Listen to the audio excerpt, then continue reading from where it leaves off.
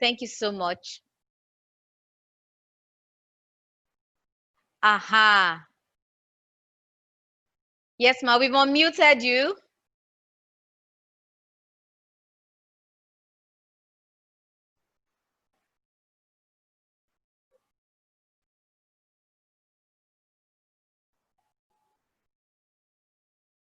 Ah, and I just saw her now. Yes, ma, you can unmute yourself, actually. My lord. Yes. Can you hear me Aha. now? Yes, ma'am, can hear you. Okay. I sincerely apologize coming in this late, because it does seem as if so much has been discussed with regards to this issue of domestic violence. You couldn't have had a better speaker than Justice Sholebo, who is she's actually in it. She's a judge who's been assigned to deal with some of these cases. And so coming from her, you have practical, talks about what is happening around us. I think the issue of domestic violence is apparent that this issue is now volatile. Like it was said that it's a pandemic, it's like a virus. Over the past few decades, a host of issues related to women are discussed and vigorously debated on various platforms. But one of the most important aspects of this discourse has been that of violence against women. And within that, close attention has to be paid to this issue. I must congratulate the FIDA Lagos for the Law Week celebration. In fact, yesterday I was talking to the chairman and she told me that they went to see some children in the ward and donations were made.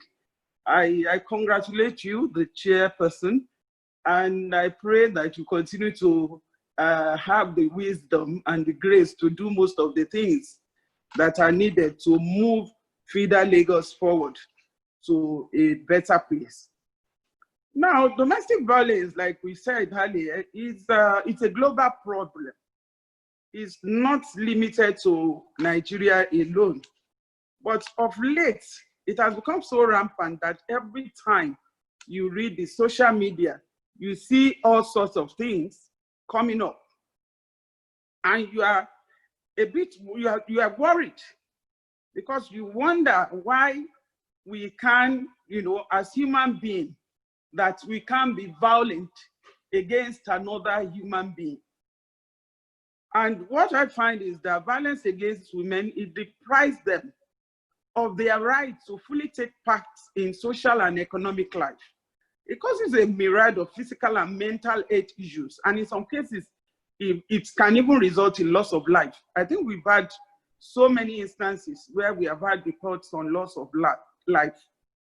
Sometimes it's loss of limb, some of the victims, and a lack of understanding of the magnitude of domestic violence, its causes and consequences, and the trends and patterns across culture.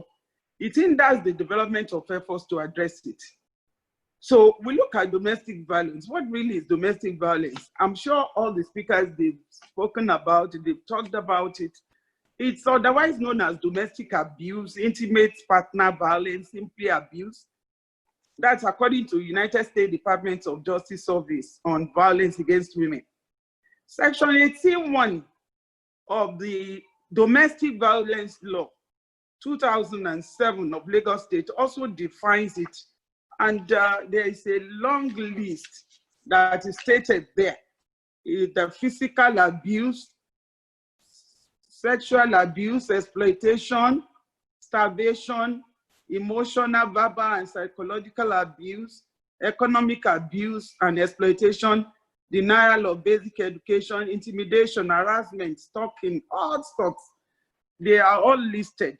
If you look at that definition, it's a long list, and I'm sure the list is not even exhaustive. So what are the causes of this domestic violence? My Lord has said so much about it, and in actual fact, it's almost like what I have in the paper. It's first of all, previous studies have found that domestic violence can happen to anyone, regardless of gender, in which both women and men have the potential to become victims of abuse. However, we'll look at domestic violence as it relates to female victim here. The root causes of domestic violence is being discussed there on two headings. We have the victim characteristics and then the perpetrator characteristics. And the victim characteristics, these are root causes that are attributed to attitude of the victim of domestic violence. They span through, my Lord has discussed this. Sometimes it may be the low level of education. Sometimes, it may not make them to understand that this thing now is now a crime. The core characteristics of domestic violence victims detected by many over time is that they have low level of education sometimes and have low participation in income generating activities. For me, I don't think that is an excuse, but sometimes people, they're able to hide under that issue that, well, I'm not educated, I don't even know what is going on. But ignorance of the law is no excuse for anyone. Anyone that is found perpetrating or, that is found perpetrating domestic violence is definitely going to be brought to book. I'm happy that we, apart from the domestic violence law 2007 that we have in Lagos State, now we have the VAP law, which is the VAP Act of 2015. That one is all encompassing and is stated there so many things, the punishment and some of the other things that can be taken against anyone who is found guilty of domestic violence. Then one of the things again is also female upbringing. Sometimes you find that some of the people that are coming, they are coming from homes where they have witnessed violence between parents while growing up. Their personal history may affect women accepting attitude towards wife beating. They've seen it so much that they just believe that that is what is normal. They accept it as the normal thing. And so when they find themselves in that situation, they don't know how to be able to get out of it. Some women show a positive attitude towards the behavior of wife beating.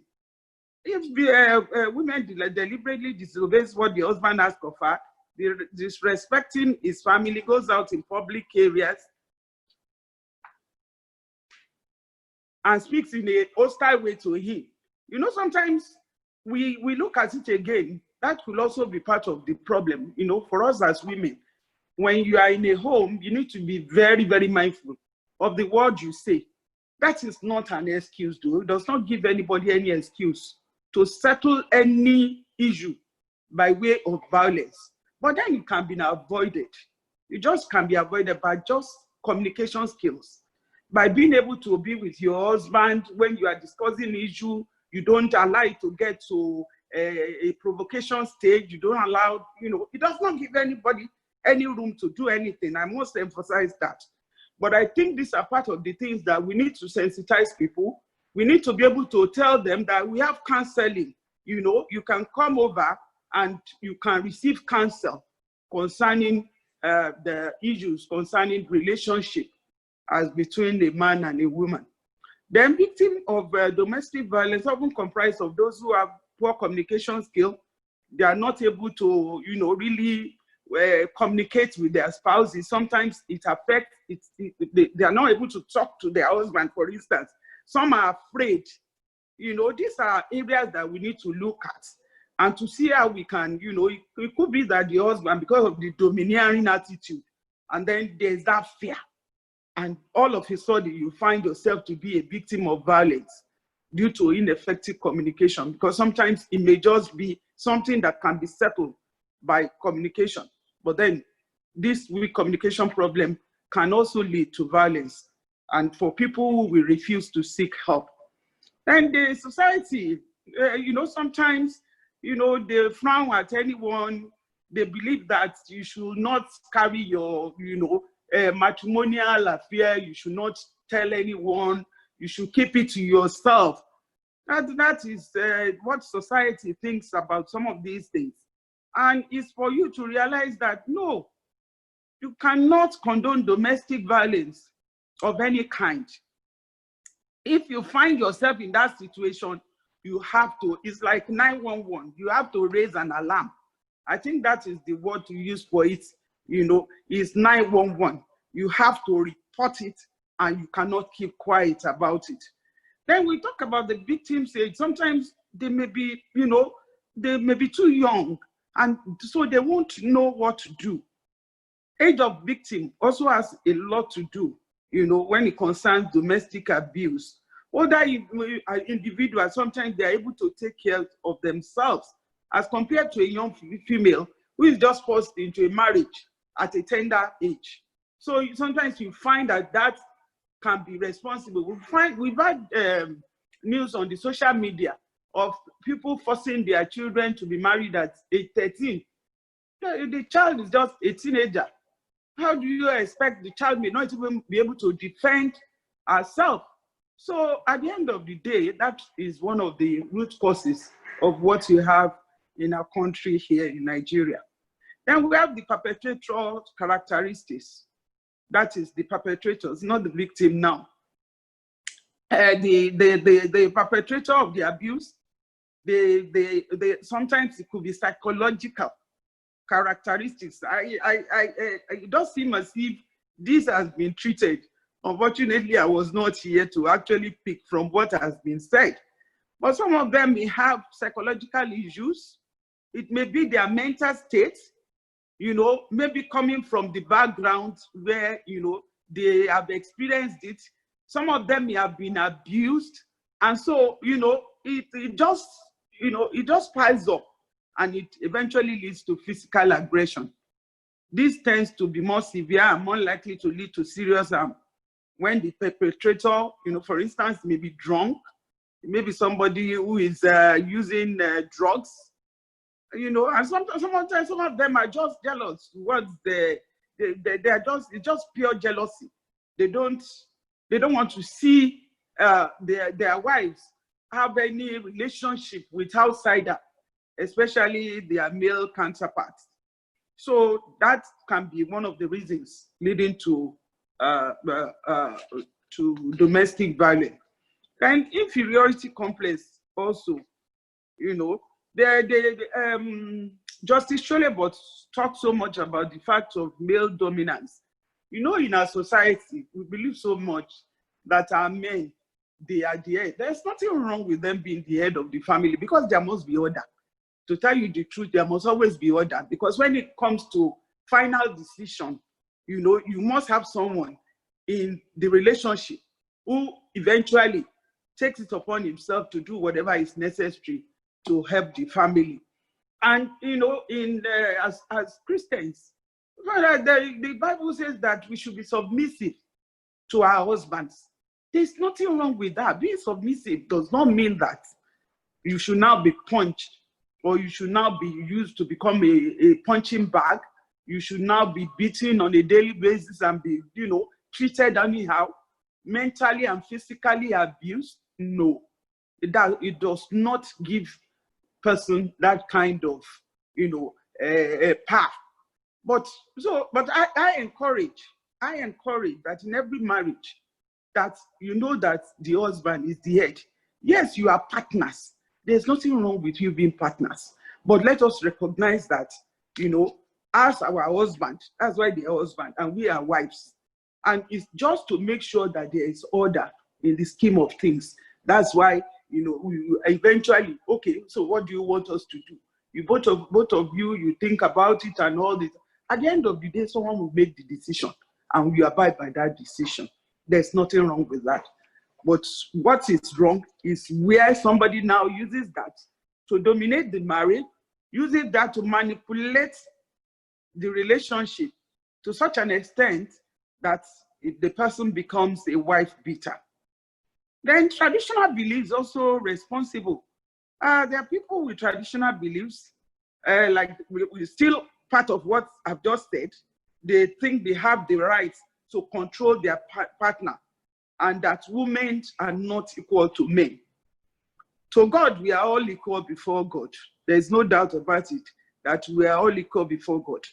But God has arranged this thing in a way that, yes, we find them, yes, they are our edge, we are submissive to them, but it's as the Bible says it's not submissive to being beaten, it's not being submissive to being raped, it's not being submissive to being mentally abused, it's not being submissive to being emotionally abused. It is far from all of that. So sometimes also the perpetrators' upbringing also, like I said, they may have come from a home where they found that maybe their dad had been beating their mom, and so that's what they grew up with, and they have not taken it upon themselves to seek counsel. The way they can seek counsel, I'm sure we have someone who has come here to tell us about the psychological part of, the psychological issue concerning domestic violence. They can tell us all of this. Unfortunately, I miss on that part. And so, you find that they have not treated that issue. They've carried, it's like a carryover. You have that issue. Some are even married. Maybe they have married the one. I remember that I've had cases like that in my court. When you have someone who has been married before, they dissolve the marriage, and it's from the same issue, and then you marries another person again, started beating that one, and that one too came to court in order to escape from the marriage. So you find that it's an issue that has been pending, that is with that man. So that from the upbringing, and some of them will tell you that was what they grew up to know. And so, that also can be a cause. I talked about alcohol and other intoxicants. Alcohol sometimes, when it's taken too much and when a man is under influence, sometimes they can go out of their way and start doing things. But when they come out of it, they will now realize that what they have done is wrong. That doesn't take it away. What they have done is wrong, and they have to be brought to book. What are the solutions? What are the solutions? Number one, we need to know the signs. We need to know the signs, and that's the way is to sensitize the people that these are the things, these are the signs that you see when you're either being mentally or physically or emotionally being abused. These are the signs to watch out for. We have to start teaching, even from secondary school. We can start training the children. We can go to universities. We can train women in the marketplace, in our community, in our church. How do you know the signs? These are the signs, the physical symptoms, because domestic violence is not just limited to physical attacks, such as beating. It's also all forms of abusive behavior enacted to control. I use the word manipulate the victim in a myriad of ways, including emotional abuse, verbal abuse, economic abuse. Domestic violence also affects every level and demographic in our society. So there's no typical victim, despite the stereotypes. Someone who may not appear to be a victim of domestic violence may well be suffering in silence. And it's important to recognize the sign if this is the case. So I think that is the awareness that we need to bring into the people's mind, for them to know that these are the signs. When you are doing this, when the man suddenly, I was watching social media, there was something on the social media. It was a marriage ceremony, and the bride was just about to feed the husband, and all of a sudden, I think she was trying to be funny with the way she was feeding. The next thing, the man just hit. During a marriage ceremony, they were just getting married. So the moment you see that sign, or maybe you are still having the relationship, you have not even married, and the person has started beating you, why do you want to go into a marriage like that? Of course, it's just the beginning of so many beatings that will come. And so when they come to court, what do? We help them out.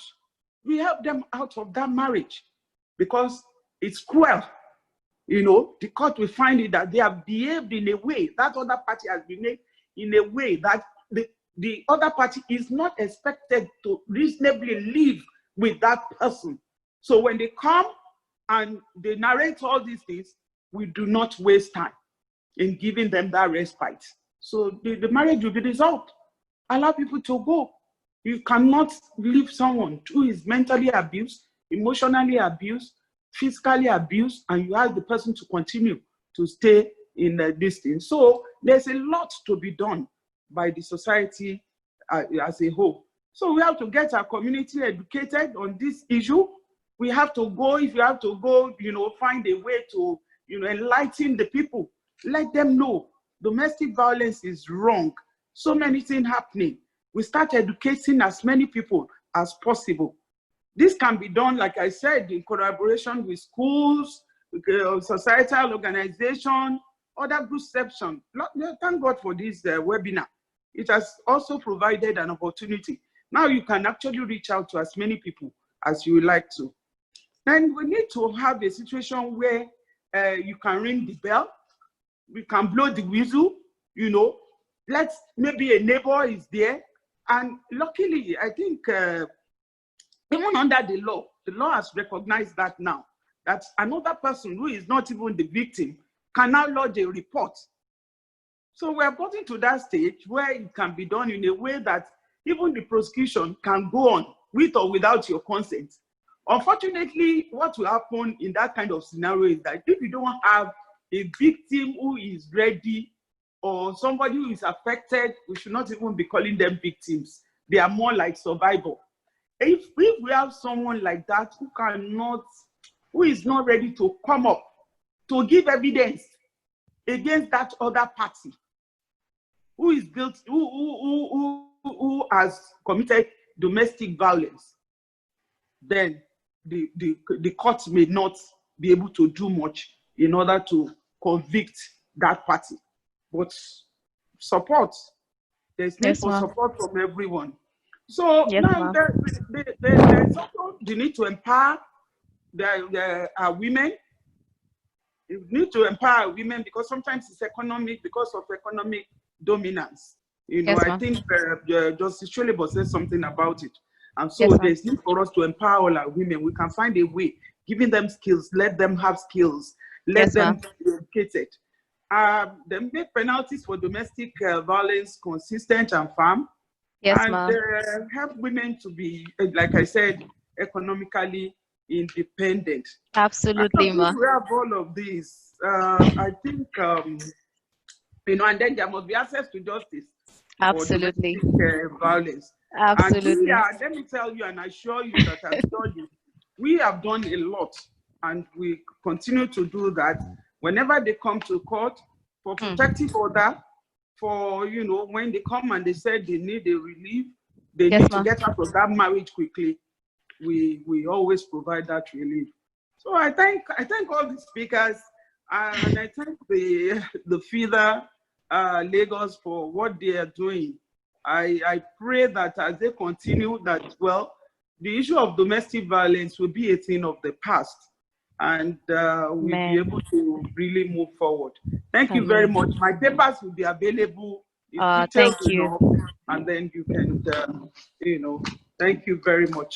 Wow, thank you so much, my lord. Wow, that is another thought-provoking presentation. I was so immensely grateful to you, ma. Thank you. You have spoken to us. You've spoken to our hearts. You've left us with a lot of things that we can also key in as we continue with this conversation. Practical action steps that we can also take on board. And what stood out for me is your emphasis on us to be the educators, to keep doing the awareness, the sensitization, and never letting go of that.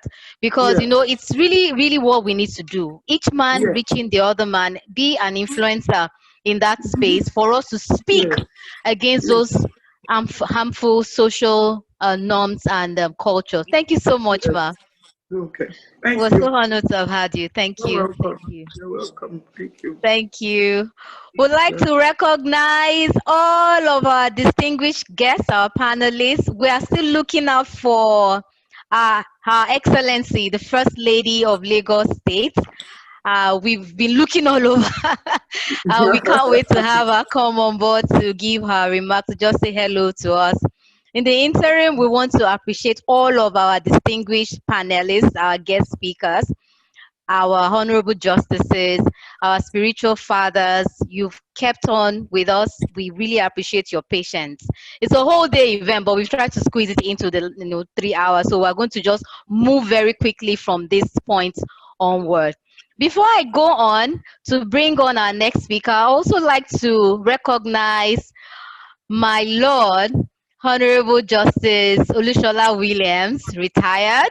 I spotted her somewhere on the attendees list, so I thought it would be nice to just call her, to acknowledge her for joining this distinguished webinar of Great Minds. Thank you so much, Ma, for Thank joining us. you. We see you somewhere right there on the participants room. Thank you. We see you, we recognize you. Thank you. So we'll run up very quickly now.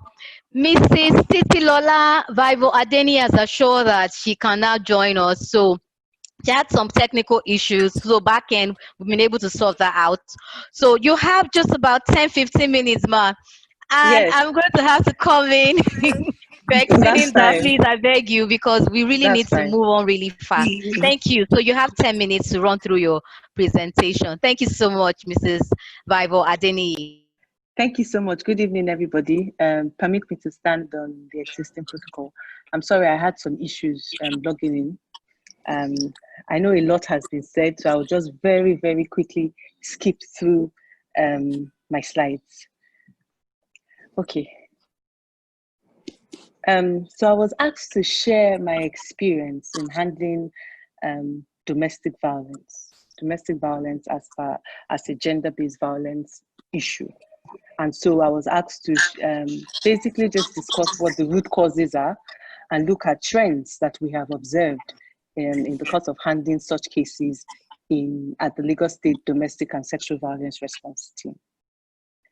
So I'm just waiting for the IT people to help me display this is not my presentation, please.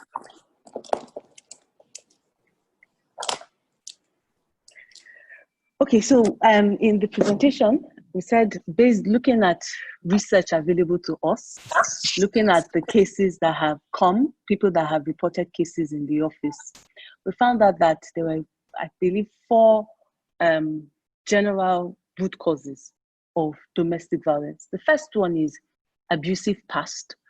We would say that at least 60% of abusers said they have been abused, or rather they have witnessed intimate partner violence whilst growing up. So this is what they saw their father do, this is what they saw their mother do, or the father figure in their life do, and they did not receive psychosocial support. And so they grew up thinking that that was, the normal way of resolving conflict. And so they've taken that mindset into marriage. And now what they have is, if there's any disagreement between their spouse, they feel that the next thing is to do is to remove their belt and give their wife or their husband a good lashing. So we found out that that's a major root cause of domestic violence. We also believe that control and dominion is at the heart of domestic violence. Why do abusers abuse? Because they want to control, they want to dominate. They demand for certain things, and if those things are not done as they deem fit, then the relationship breaks down, and then people resort to violence to settle issues. Then, of course, there's the victim mentality. An abuser blames everybody but him or herself. In fact, some abusers are blaming COVID-19 for their outbursts. So generally, abusers tend to abuse everybody else for their issues. They refuse to take responsibility, and it's actually part of the psychology of domestic violence. Next slide, please. Now, why do people stay in abusive relationships? I believe this cannot be overemphasized. A lot of survivors remain because they are financially dependent on their abuser. And I think my Lord Justice Shulebo mentioned this. And that's why we must emphasize on the need for women to be empowered financially, women to be empowered psychologically, women need to be empowered in all ramifications, so that if they need to leave, they have the wherewithal to leave an abusive relationship. People remain because of the children. Most times, that's what they will say. I'm just waiting for my child to be 18, or I'm just waiting for my child to get married, and so I would leave.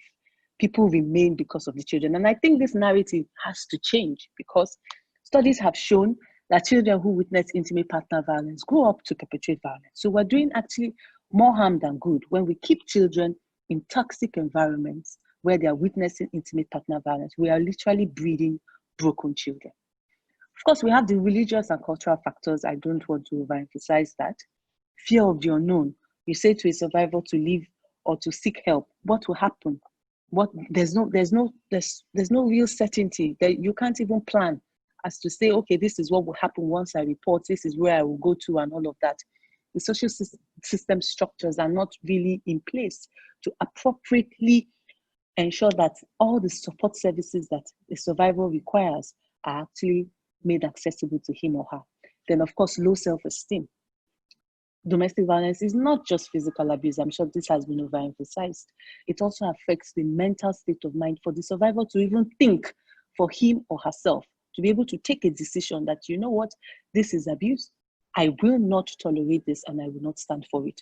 And that's why at DSVR we place high premium on ensuring that our survivors or our clients are able to receive psychosocial support, so that when they receive psychosocial support for themselves, then they would reach a decision, they would take a decision for themselves, and they would run with it. So it won't be a case of somebody said I should leave my husband, or somebody said I should leave my wife, or somebody said I should remain. They will reach that decision for themselves, and they would run with it. Next slide, please. Okay, common causes of friction, and I believe this has been mentioned, but I'll just quickly run through it. A lot of people have unrealistic expectations in marriage. You'll be amazed why people go into marriages, especially in this generation. Sometimes people may go in because of the hashtag that will trend. Some people may go in because they feel that it is their duty to complete the other person.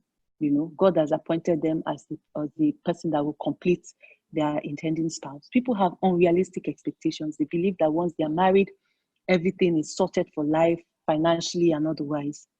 The lack of sexual satisfaction. This is a very, very interesting trend.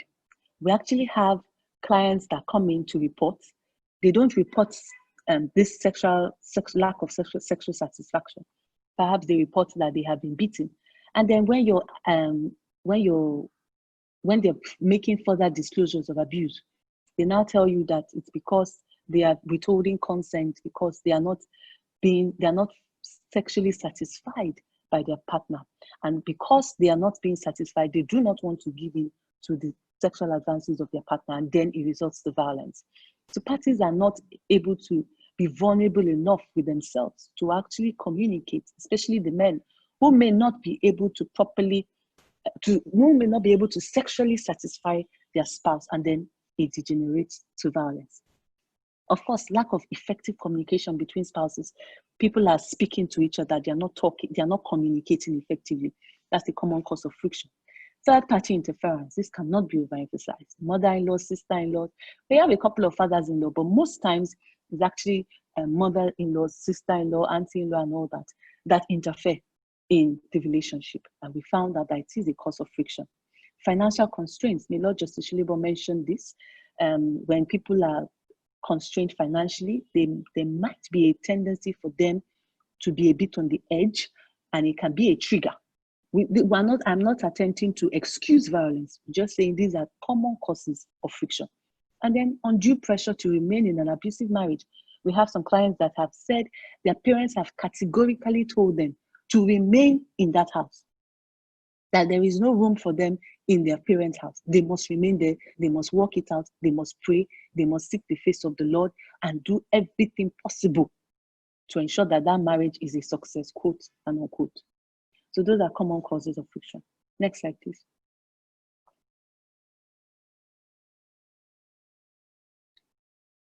Next slide, please. Okay, so trends, let's look at the trends. So we use data to map these trends. So we found out that, please, next slide. We found out that in domestic violence, we have roughly, for every case reported, we have roughly 20% of those cases that want that 20% of those reported cases that want us to ensure that the case, the criminal aspect is reported in the police station and the case is charged to court, and so the alleged abuser is subsequently prosecuted.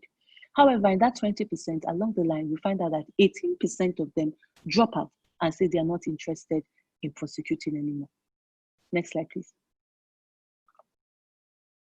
88% of survivors that reported domestic violence did not have evidence. He said, he beat me. She said, I did not. She said, he beat me. He said, I did not beat her. Where's the evidence? No pictures, no medical report. Witnesses, they'll say, oh, we can call our neighbors can come. But, you know, sometimes we even go out of our way to engage the neighbors, and neighbors say, we don't want to be the ones responsible for the breakup of this marriage. So we find that 88% of survivors actually don't have real evidence to support their claim or to corroborate what they've said. Next slide, please. 88% of the perpetrators deny ever perpetrating this act.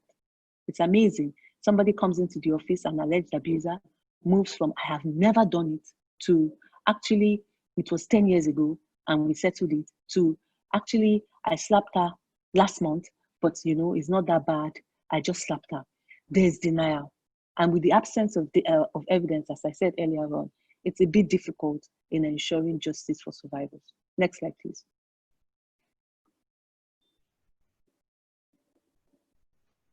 Next slide, please.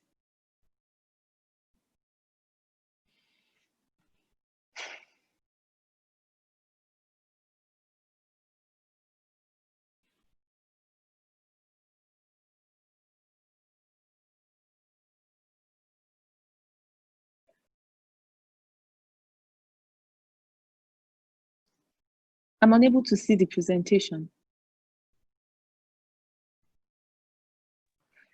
Sorry, I think that dropped off. I'm Okay. just having a chat with the backend manager to help us bring that presentation back. Oh, But do okay. you want to? Yes, I can go on.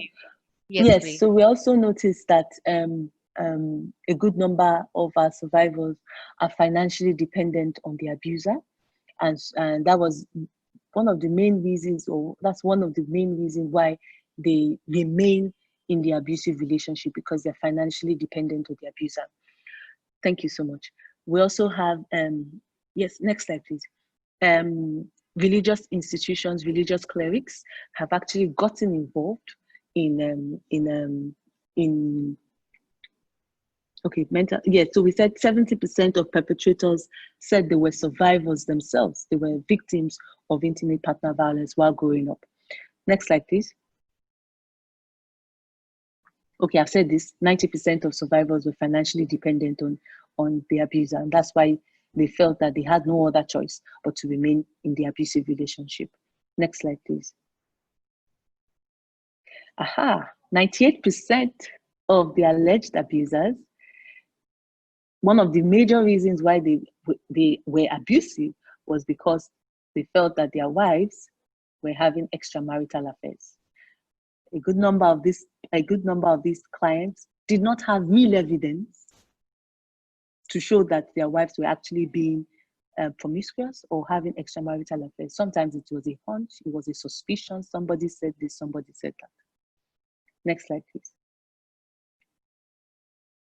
Yes, 78% of survivors had previously approached religious institutions or family members for help before approaching government. And I think that's why the role of religious leaders is so critical, because sometimes they serve as first responders.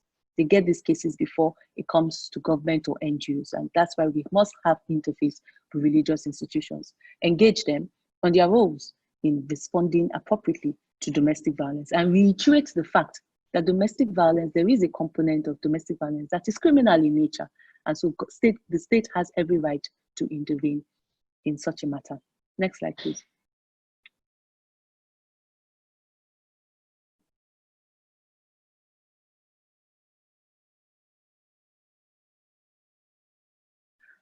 Okay, so I think, can we go to the next slide, please?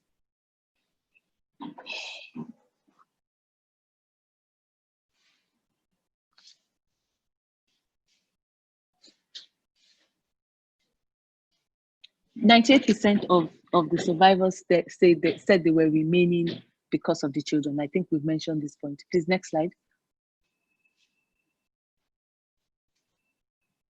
Next slide, please.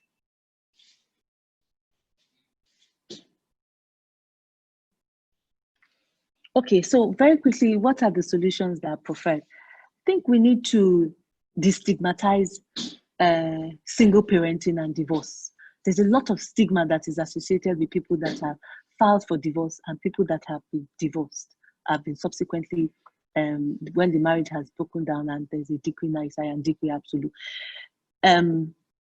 We need to destigmatize that it's not, the fact that your marriage failed does not necessarily mean you failed as an individual. And there's a lot of pressure that is placed on people to remain in toxic environments and to remain in abusive relationships just to keep up with appearance and because of the way you will be judged by the society and otherwise. So I think we need to work on that as a people. We also suggest that there is a need for compulsory counseling on domestic violence at the marriage registries and religious institutions as a prerequisite for solemnization. Yes, there should be. I know that there are compulsory counseling sessions that intended couples have to undergo at the registries if they want to be married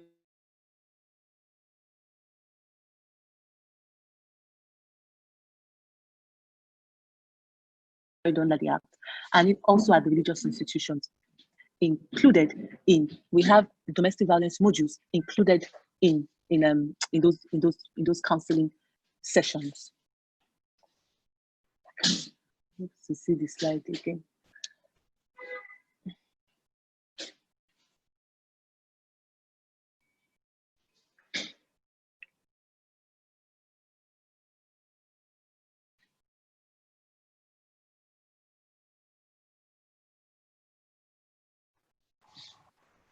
Are you still there? Okay. Yes, I couldn't see it. All right. So the process of obtaining restraining orders and protection orders really has to be seamless. At the moment, it is very difficult for a survivor to just walk up to the court, as envisaged by the Protection Against Domestic Violence, or to obtain a restraining order. It's too late. You need a lawyer to file and all of that. I believe the essence of that law is to make it so simple, so seamless for survivors of domestic violence to walk up to any court and obtain a restraining order. I don't think that's being done at the moment. I think we need to mainstream women empowerment, access to soft loans, grants for businesses. Women that are financially dependent are definitely at a higher risk of experiencing domestic violence. I think we also need to evaluate the burden placed on women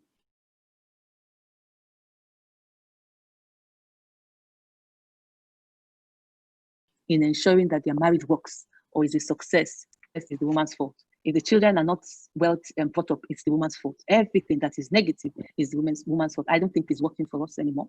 And I think it takes two to tango. It takes to make the relationship work. And then finally, religious institutions who typically serve as first responders need to rise up to their role as spiritual leaders. Yes. So thank you so much. Wow, thank you so much, Mrs. Titilola Vibo Adeniyi. Thank you, thank you. You know, your own presentation has been so distinct. You've been able to produce some empirical data and evidence to just show us what we've been talking about all day. And you know, data don't lie, figures don't lie.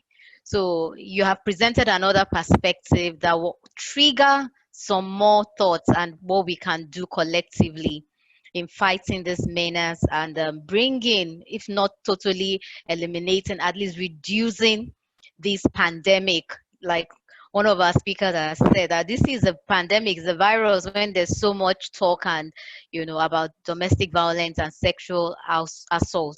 It is a big one. So thank you. We appreciate your presentation and the perspective you have given. It's really scientific. So there's a mixture of that, as well as some very, very good practical solutions. They look very small on paper, but they can have a lot of impact. Empowering women, ensuring that we're financially independent, and so many things, and even drilling down to what our religious organizations can do in this huge fight. So thank you so much, Itilola. We appreciate your contribution to this, making it really, really robust and all, is encompassing. Thank you. Thank you. Thank you. Thank you. Right. We will quickly move on to bring in our last two guest speakers. We're going to be calling on Honorable Abdul Hakim Abdul Latif, the Chief Imam of Lagos State House of Assembly Mosque, for his own presentation now. My Lord Spiritual, Honorable Abdul Hakim, you have the virtual mic now.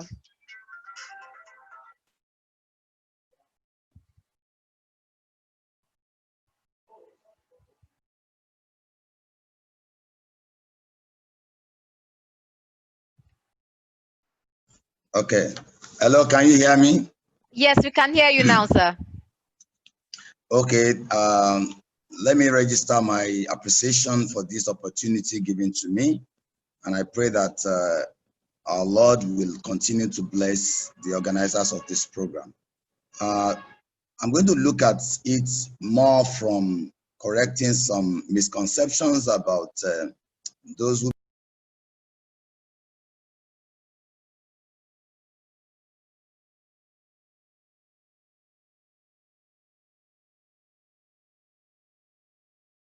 very easy to situate most of these things at the doorstep of religious causes here and there.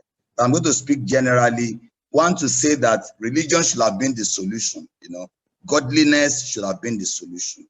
The same zeal that people have to acquire knowledge in different fields, it will have assisted everyone to acquire as much knowledge as possible, okay?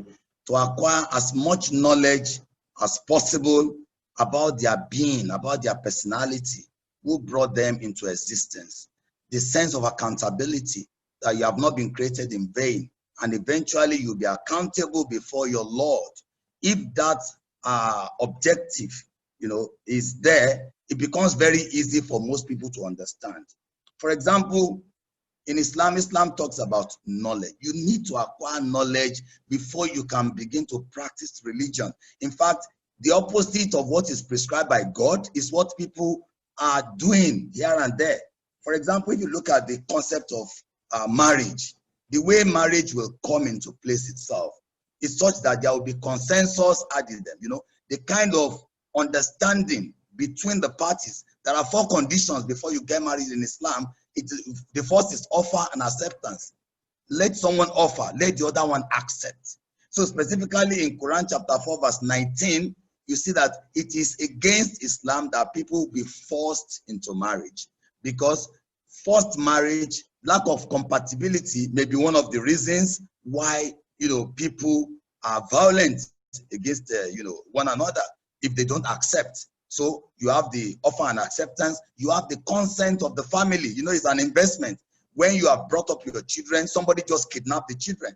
Those who go into some people's houses in the name of, is my husband, even if my parents don't agree, some people are aggrieved because they spend all their time with you, but a man has taken you away, and you don't think that you are denying some people some of their rights. So in Islam, it is the right of the parents to consent, to that marriage, and that whatever dowry the woman prescribed, not the family, the woman prescribed, the husband should pay, and then there should be witnesses. So when you see abductors of people, those who kidnap in the name of Boko Haram or whatever, and who forcefully marry people, they are not Muslims, because Quran chapter 4 verse 19 says you cannot even marry anyone against the person's will.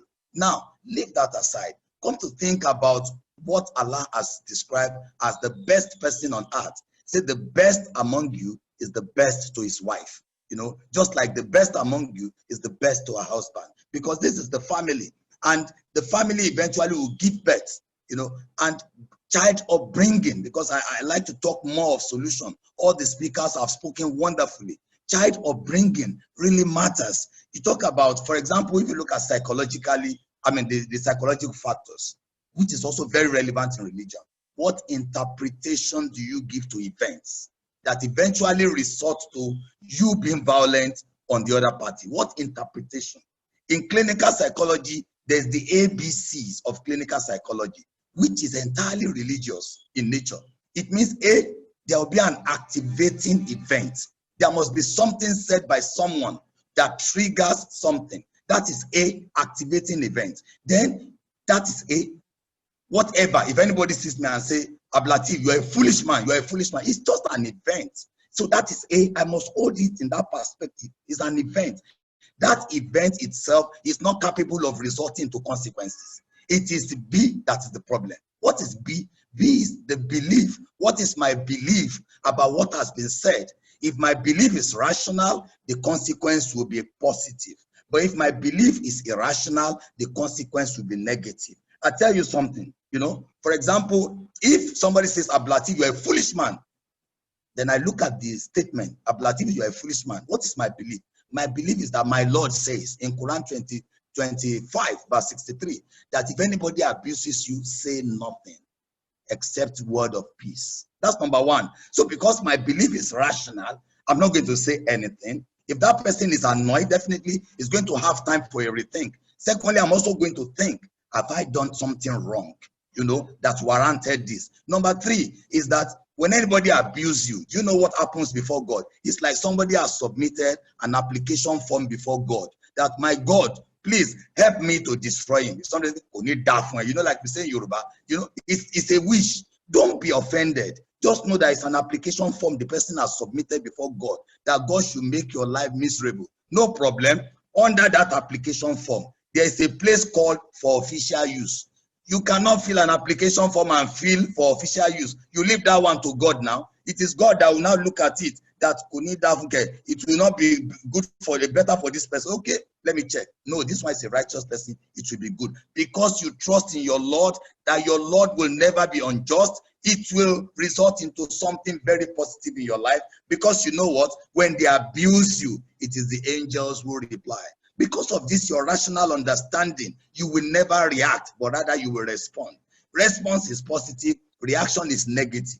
Some of the things that we take offense about, for example, there was a time somebody was giving an information. They were twins, they were traveling, you know, but because one of them had the right perspective, they were supposed to get to Johannesburg at a particular time. So if their flight does not take off on time, they will not be able to get there on time. Therefore, when a 3-hour delay was announced, Taiwo, you know, reacted negatively. He broke the glass, he fought someone. How can you delay our flight? But Kehinde was able to hold it in the right perspective. Kehinde started rationalizing that maybe the aircraft is faulty, maybe you know, there's a delayed arrival or departure from where it is coming. Maybe there is a crime-oriented person or a criminal-minded person who is about to enter this flight with us, and God wants to ease him out. So because of these justifications, it became rational.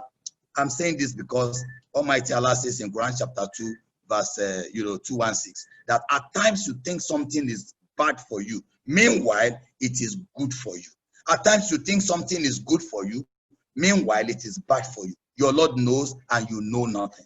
So let us always bring in the ABCs of clinical psychology into our life. Anything that happens to you, always have the right interpretation before you jump into conclusion. That's how to control provocation. That's how to control people who are unjustly, very, harsh towards you. Number three is that we talk about the male and the female. I want you to understand the Islamic perspective of it.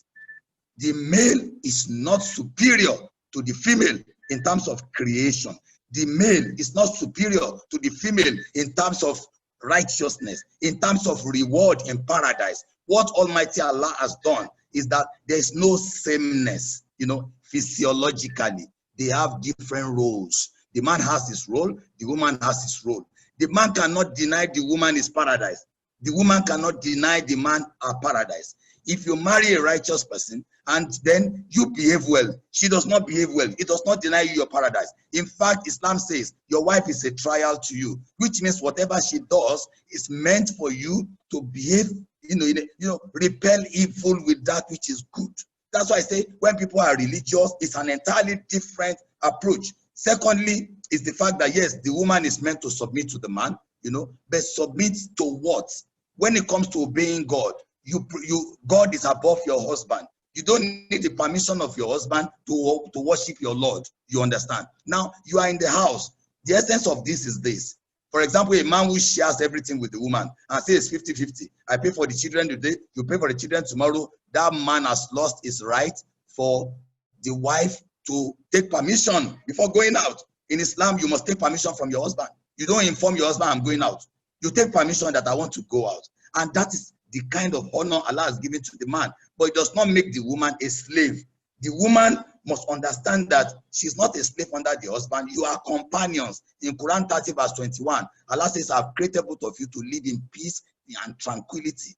And I created affection, love, and mercy. So some of you will say, I don't love her again. Say, Allah says, be merciful to her.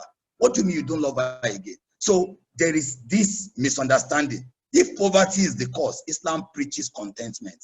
My brothers and sisters, have contentment. If you have contentment, you become the richest person. The man is expected to help the woman is expected to help the man. In fact, domestic violence is not restricted to man beating women. I have seen women beating men. In Agege, a woman, she will tell people, hey, he has started. Some women are blessed more than the husband when it comes to, violence. And it is blessing in quote is wrong. So whichever direction you want to face. So I also want to look at the mental issue, which I know has been addressed. And to say that we treat people for malaria, for typhoid, we don't understand that anybody who is coming, apart from checking your genotype, you need to go and take psychiatric tests. The husband must take it, the wife must take it. Honestly, majority of cases of domestic violence is from mental imbalance. There are psychiatric cases. Most of the things that are normal before us are things that are abnormal. We have abnormal psychological disorder. So you have people who are schizophrenic. You see them, they're extremely violent. I know, I have experienced it before. And I know that many of us need to go for tests. They show you a housemaid who is hitting a baby, a 2-year-old baby, a 1-year-old baby. Not all of them are normal. You see a woman stabbing her husband 70 times. Not all of them are normal. You see a man stabbing his wife. You see someone killing his or her parents. Most of these things are not normal. We all need it. We all need this psychiatric test. Because you don't care about it. You think it's only when you have malaria. Then Islam talks about good companionship. Who are your friends? Okay, I should stop. No, sir, I think you have about a minute or two. A minute. Okay, thank you so much. Now, if you see people showing violence to people, those who say there can be violence on account of a religious difference, it's a lie. In Islam, I can show you many verses. Which one, Quran 2 verse 256 says, no compulsion in religion. Almighty Allah understands your diversity. So you can teach people, in inviting people to Islam, it should be Quran chapter 16 verse 125. Specifically in Quran 60 verse 8, it says even if somebody is a Christian, be good to the person, be just to the person. You are not the one to mark the person's religion. So, and when it comes to divorce, some people said, okay, Islam says we should beat the woman. They misinterpret Quran chapter 4 verse 34. Now I tell you, to solve your problem in Islam, emulate Muhammad. If you follow the Prophet, you will not have any problem about understanding what the Quran says. Prophet never strike anyone with his hand, not even his child, not even his maid, not even the wife. So who are you emulating? Who is your model? So my conclusion is that yes, we have psychological reasons, we have social reasons, we have religious factors, we have the legal system when somebody does not have hope. Like in my chambers now, there was a time I said, okay, I will assist people who cannot afford. I did not know I was playing with my career. People came in their hundreds. no money to pay, nothing. And if you see the way they have been abused, somebody, a Hausa man, you wanted to separate with a lady. You took away her 3-year-old. You are the one that impregnated her. You took away her 3-year-old, her 1 year, 8 months. You took the two of them away. This woman does not have access. She doesn't have money. She doesn't. And what violence can she not do? If there's no legal system that can assist them. So I pray that all of us will be helpers, be standard bearers of what we seek to preach. About preaching about it. Let us take steps, practical steps to assist people. And it is not about spiritual leaders talking about this thing alone. You can take a horse to the river. You cannot force the horse to drink the water. Let individuals begin to move closer to God. Learn about the nothingness in this world and the fact that you are accountable. God does not do it in vain. You are here for a trial and examination, and you will hear your result on the day of judgment. Be submissive and help someone tomorrow. Thank you so much. Wow. Honorable sir, thank you so much. I mean, I think overall we've been blessed with great minds here today, and we cannot take it for granted. It's a blessing to have you, sir. Thank you for the perspective you have given. Thank you for debunking some myths. When Justice Sholebo was talking, she threw a question out there to say that when you come on board, and I can see you've addressed it, about the place of woman, how is a woman seen in Islam? And you've just given us that great perspective that indeed the best amongst us is the best to his wife. I mean, for me, that is super instructive. It is so instructive to know that. And you've also given us a big summary on the ABC of human behavior. That's clinical psychology. Thank you, sir. And of course, the final charge is that it's not just for our religious leaders alone. We are all part of this conversation. We are all supposed to be influencing our environment and be the change we want to see. I mean, that came out very strongly from your chat to us, sir. Thank you so much. That was our Honorable Abdul Latif, the Chief Imam of Lagos State House of Assembly Mosque. Thank you so much, sir. We're really, really pleased to have you. Thank you. Okay. All right, we would like to bring on board our final speaker for today. I think we've actually reserved the best for the last, if I can say that. We'd like to bring on board our Reverend Father Paul Akin Otiko, the chaplain of St. Thomas Catholic Church, UNILAG, University of Lagos State, Nigeria. Sir, thank you so much for your patience. I spotted you as one of the first 3 people to join this call today, and we're so grateful that you stayed all the way to give us this, to give us a cap on today's discussion that we have had. So, sir, please, we may have your presentation now. Thank you so much. Okay, thank you very much. I'm glad I have listened very well. I've learned quite a bit, and I just would like to stand on existing protocols. I would like to be able to share my slides, if you don't mind. Right now, I can't. So what I'm going to be doing is I'm going to speak as a Catholic priest, and I'm going to look at new religions. I'm going to look at new religions. I mean Christianity and Islam, any new religion. And then I'm going to also be speaking to as a researcher in African studies, because I'm also in the Institute of African and Diaspora Studies. And so I'm going to be looking at not just gender violence, but precisely rape. And I also want us to know, because I'm going to be speaking from a dimension that is African. We cannot, and I'd like to say that again, we cannot resolve our problem using categories that are strange to us. We must learn everything African is not bad. So we must look for that which is African that is good. I'd like to begin by saying clearly, unequivocally, that every form of domestic violence is wrong. As violence, it violates every victim. It violates, and by violating, it means it intrudes into what it should have been otherwise private. Every form of domestic violence, as we know, violates as well as defiles the person. That is, it does or it says something offensive about that person. Particularly, rape is very personal and it should be rejected in every sense, every form. Christianity rejects rape, Islam rejects rape. Can we go to the second slide, please?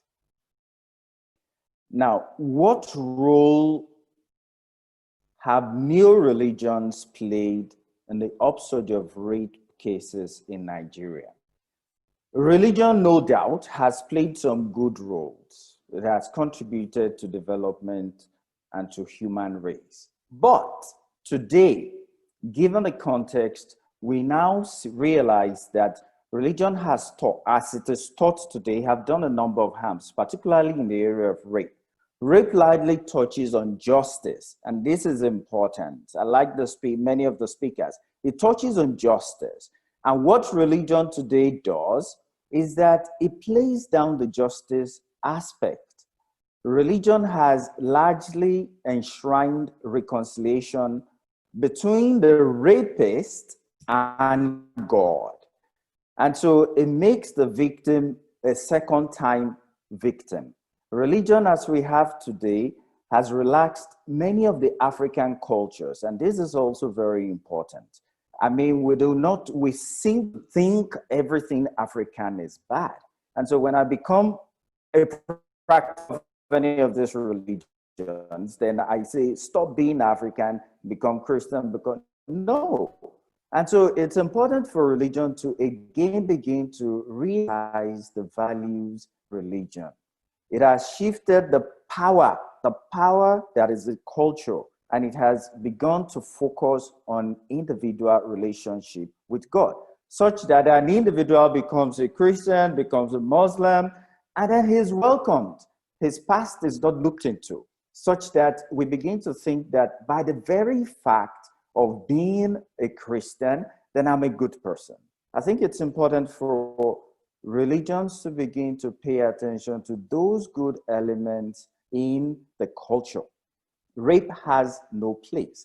I know that there have been cases of rape in the past in African typical culture, but you have punishments for that. And that is because people in the past broke these laws. Modern day religion teaches forgiveness after association with the religion. I think it's important for us to also begin to bring in a sense of justice. Yes, God loves you. Yes, God has forgiven you, but you must also make amends.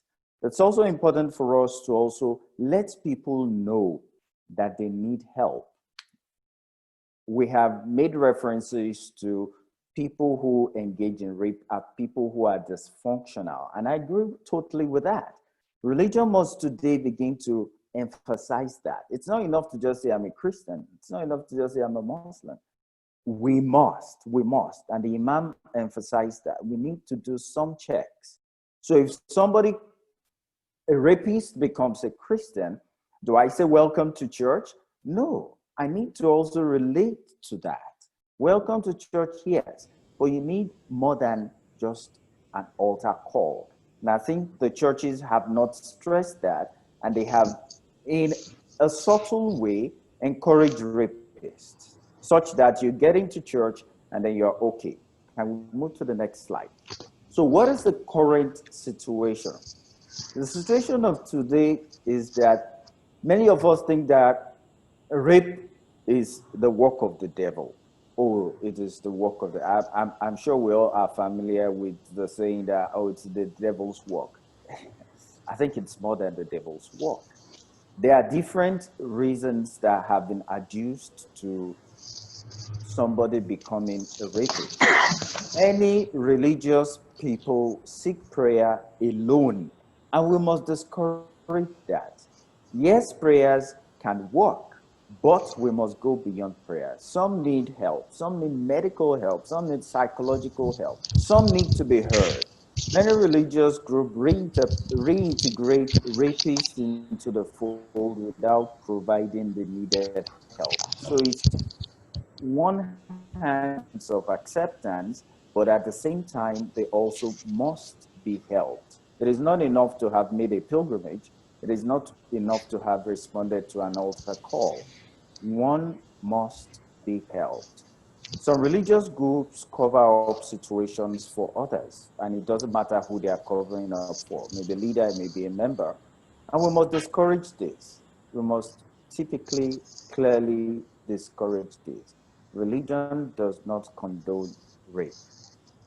And we also have situations where somebody is not from my church, and so I won't render any help. I think we must break the barrier of sects and divisions and reach out to people. In an African culture, the community takes responsibility for formation, for character formation, for generally saying that something is wrong. And I think we need to go back to that. The next slide. What should we then do? What should we then do? Now, this is very, very important. We need to know the mindset of the rapist. And I know allusions have been made to that. And this is very, very important. We need to know why they do this so as to be able to help them to stop and prevent others. I know there have been some studies on why, but we also need to know why it's more than that. We know why it's happening. We know the numbers are increasing, but let us ask them, why did you do it? So that we can get to the bottom, get to the grassroots, to the root causes of all of this. It is important also to not just say that rapists are dysfunctional. I know there have been different things that have been asked to be done. You need to increase the punishment, but we also need to realize that for these to stop, we must come up with an African approach. And I teach African studies. Do research into African studies. Everything in Africa is not bad. I know we have said we are a male-dominated society, but it is important to understand that our context is our context. The solution in the United States will not resolve our problem. We need to give the context to every solution we give, and that is very, very important. How were rapists treated in the past? We need to begin to go back to that. It was an abomination, and we must begin to tell people that it's an abomination. We must be able to tell both the boy and the girl that it's an abomination. The boy, so that he will know that a girl can curse him and his future will be tampered with if he rapes a girl. A female, so that she will know that she also can and must desist from that, because rape these days, they say it goes both ways. So our children must know that there are consequences for it. I clearly believe and I know that if a raped person cries out to God, God will hear and punish the rapist. And so we must also teach them the consequences. And I also think that more research should be done. More research should be done in this area so that people will know. I think we know a lot more about America, Europe, and all these places more than we know about ourselves. Children should be taught that this person raped and this was the consequence. It may not catch up with you today, but it definitely will catch up with you tomorrow. These are values that we must bring back to life. Finally, the last slide. I'd like to say, and I'd like to say it strongly, that rape no longer happens in the dark or hidden places. It takes place in the open. It happens among gang members. It is closer than we can imagine. And so we must teach the right things. We must speak as Africans. We must do more than pray. Thank you very much.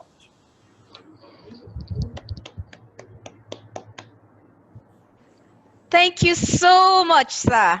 We can tell that Reverend Father Akin Otiko is erudite in this subject matter.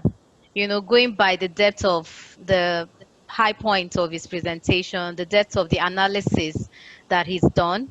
And we're so grateful. Yours is another entirely refreshing perspective. And again, the key high pointers for some of the things you have said is that we can no longer make this a religious affair and cover up. We really need to talk about these things, take some affirmative actions, and be African in our mindset. You really reiterated that we need to look at how we can tackle this from that perspective. I want to thank you for keeping to time. We're so grateful for that. Thank you so much. Chairperson, I don't know if you have spotted the chair lady, the first lady of Lagos State, the wife of the executive governor of Lagos State. We're still hoping that we will hear a few words from her or any other special guest that we're looking at. Any word from her, ma? Chairperson.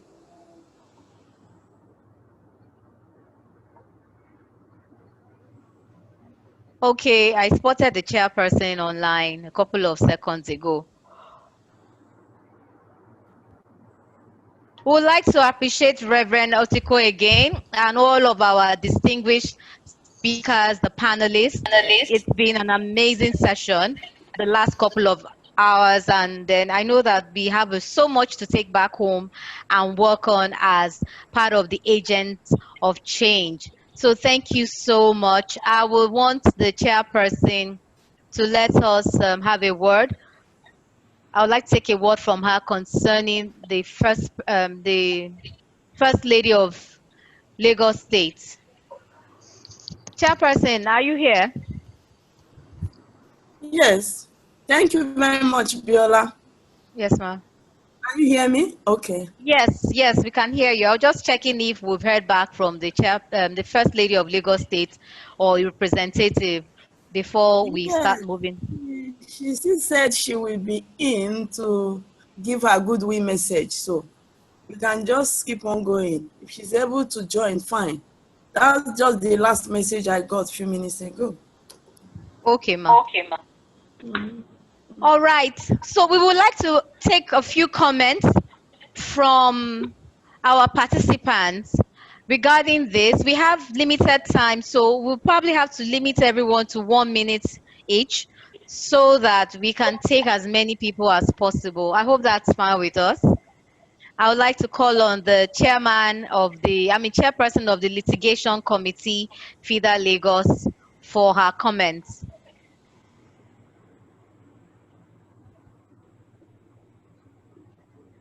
If you can please raise your hand, we'll just unmute you.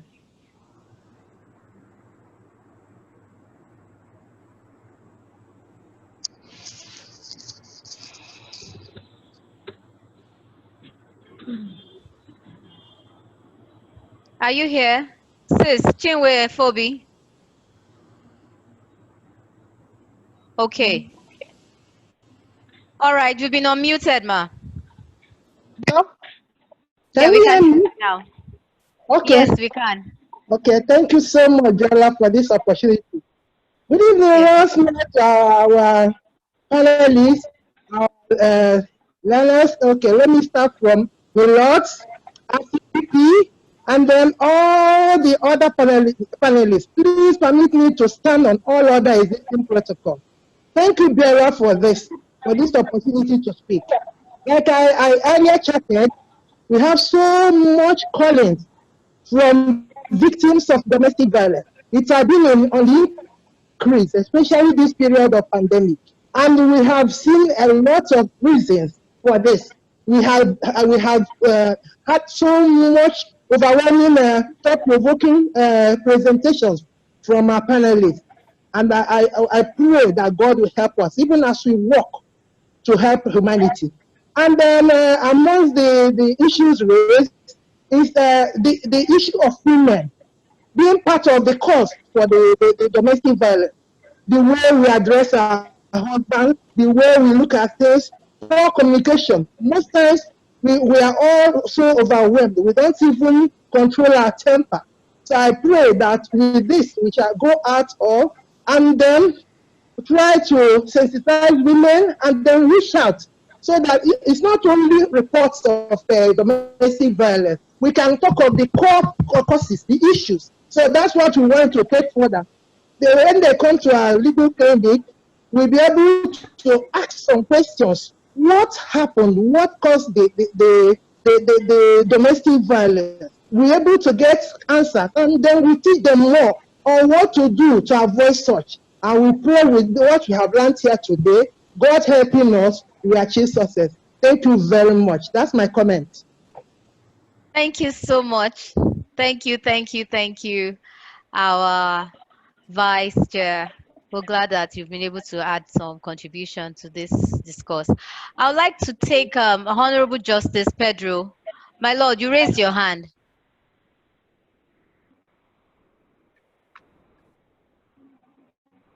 No, I didn't.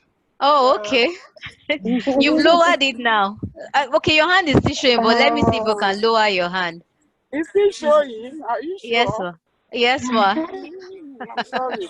Okay, Not sorry. problem. It's all right, ma. Okay. Any other question, comments from the house? Please signify by raising your hand.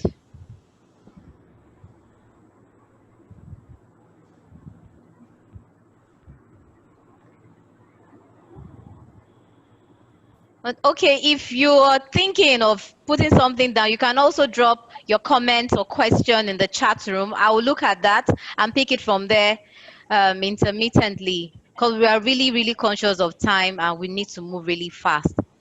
And if we don't have comments or questions, that means that all of our distinguished panelists have done justice to today's topic. And like I've always said, if we gather for any forum, even if it's just for 30 minutes, and we're not able to take some tangible action points that you will own and put a plan around to implement, then that means that we would have wasted your time. So I want to believe that today we've had so many perspectives to this topic.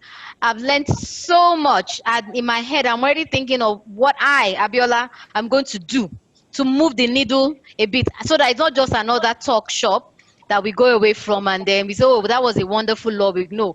By the time we gather for our next meeting, or by this time next year, by the grace of God, we will all be present. Let it be that we are recounting and checking our journal to see what we have done, what we have done differently as agents of the change we desire and we want to see. So let's go home with some action points that we will do, and we'll also educate those within our influence, within our circle, on what we should all be doing collectively, because it's not just about one man, it's a collective effort of everyone. Okay, I'm still checking if we have questions, comments. Thank you so much. Thank you so much, everyone. It appears that we are all satisfied. All of our questions have been answered. Glory be to God. And we are really, really good with everything we have heard today. I mean, there were lots of practical, very simple, easy, like Imam said, ABC solutions. So I think we're all very satisfied. We'd just like to do a bit more, some more recognition. We've had people supporting this 2020 Law Week. We've had a lot of members and those who are not even members supporting us. We have our sisters in diaspora in particular, and especially I would like to acknowledge Mrs. Belinda Evore, all the way from the US, I believe. She's been supporting us, and I think she would have joined this webinar today. Sis, we thank you. We see you. Thank you so much for your support. For everyone who has donated, you've made one donation towards the gifts and the things we did for the FIDA World Youth yesterday. We thank you. We acknowledge you for your kindness. I would like to call on the chairperson for her closing remarks, for just a few remarks, before we now call on the Honorable, the Secretary to the FIDA Law Committee for the vote of thanks. Chairperson, over to you, ma. Thank you very much, Biola. You have moderated very well, and we appreciate you. I want to say a very big thank you to all our speakers. They have done noble for the thought-provoking lecture. They were very inspiring and very insightful.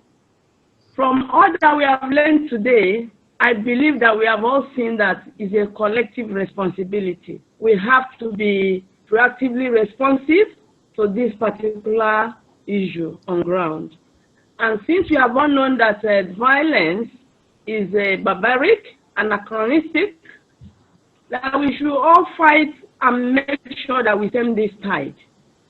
And the qualifying increase can be brought down to the barest minimum if only we will continue to walk the talk. The relevant laws are on the ground, but at the same time, we have to do our part.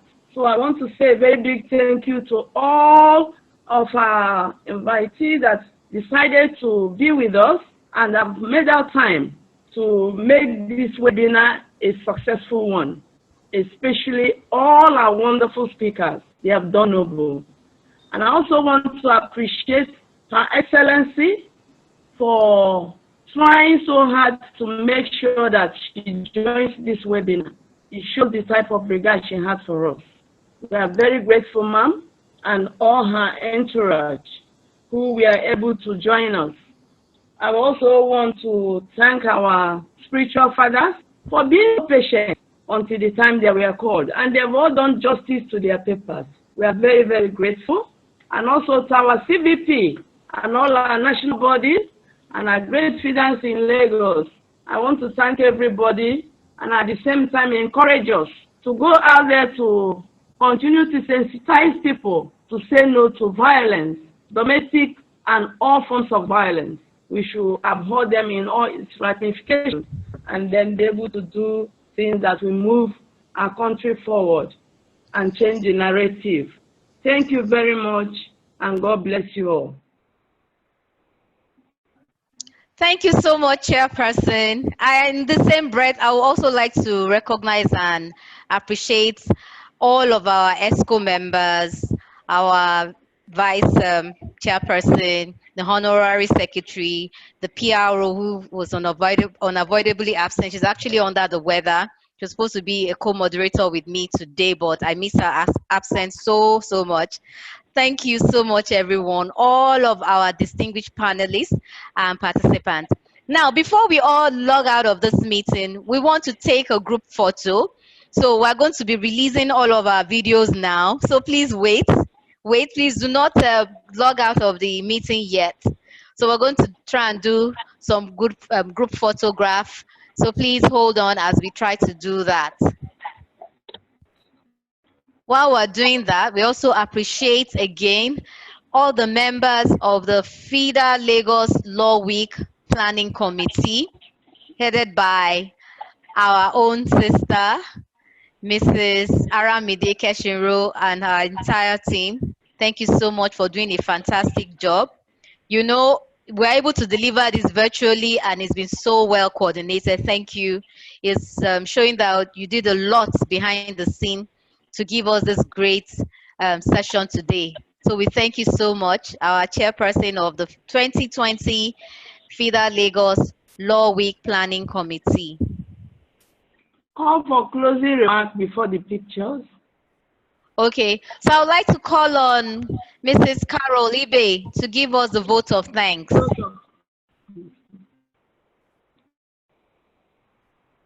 Carol, are you here?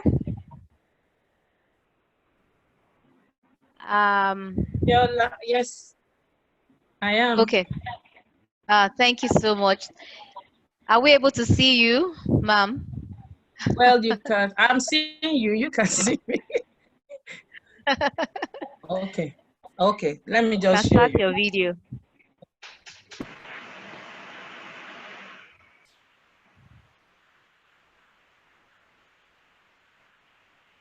Hello? Please go ahead with the vote of thanks. We can hear you and we can see you as well. Good evening, everyone. The chairperson has virtually said all the thanks, and I just want to add to it. I consider it a great privilege to propose this vote of thanks to all the dignitaries here present. I didn't know I could talk in presence of this, in a gathering where I have this large number of dignitaries. A big thank you to CVP. CVP, we thank you for joining us. You have always been a mother. Anytime we call on you, you listen to, you come and you join us. We thank you for joining us. Our chairperson, we thank you for the opportunity to serve in the committee. Thank you very much. I would also like to thank all the dignitaries, all the presenters, Professor Joy Ezilo, how you do what you do, but whenever you talk, I don't want you to stop, like Bella said. I don't want you to stop, but you just have to. Thank you very much. You talk with passion. Again, I want to thank Justice Sherifat Sholebo. Ma'am, I thank you for honoring the invitation. I've always known you when you were in the family court, and you talk with passion when it comes to children and women. And today I could still see that passion in you. God bless you, ma'am. Honorable Justice Jumoke Pedro. Ma'am, God bless you for your beautiful presentation. I also want to seize this opportunity to thank Mrs. Titilola Vivo Adeniyi. You're a regular person in FIDA programs. Thank you for your presentation. Every time we call on you, you come, you answer us. Dr. Latif Sheikh, your paper was very straight to the point and overloaded with points. Thank you, sir. Apparently, this is my first time of hearing from you, but I hope to hear from you in the nearest future. And to our religious fathers, Honorable Abdul Hakim Abdul Latif, thank you for coming and God bless you. You opened my mind to so many things people say about Islam. I think I know better now in Islam. Thank you very much. Reverend Father Paul Akin Otiko, Father, God bless you. I have attended your mass. I know how you talk, so I'm not surprised the way you spoke. I'm not disappointed. Thank you very much for coming. And all the other honorables, the other other invited guests to the Law Week, we thank you all for coming. All the other judges in the judicial staff in the house, we thank you all. Our profound gratitude goes to our invited guests. We know we have some SAN here. We have some MBA chairmen. We have other members of the bar here. We say thank you to everybody for making our Law Week a success. Finally, to my wonderful FIDANs, let us congratulate ourselves. We have done it again.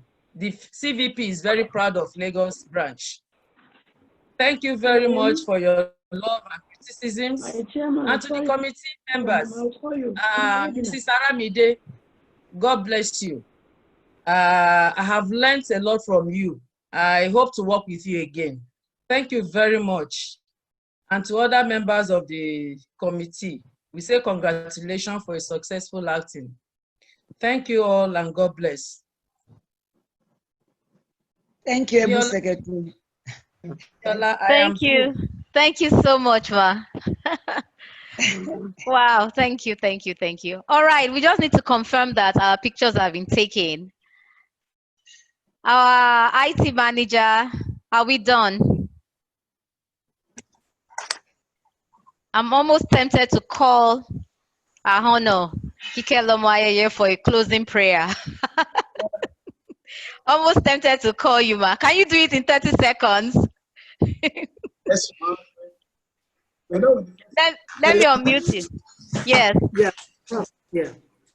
All right, We ma. want to. So glad you stayed to the end. Thank you so much, ma.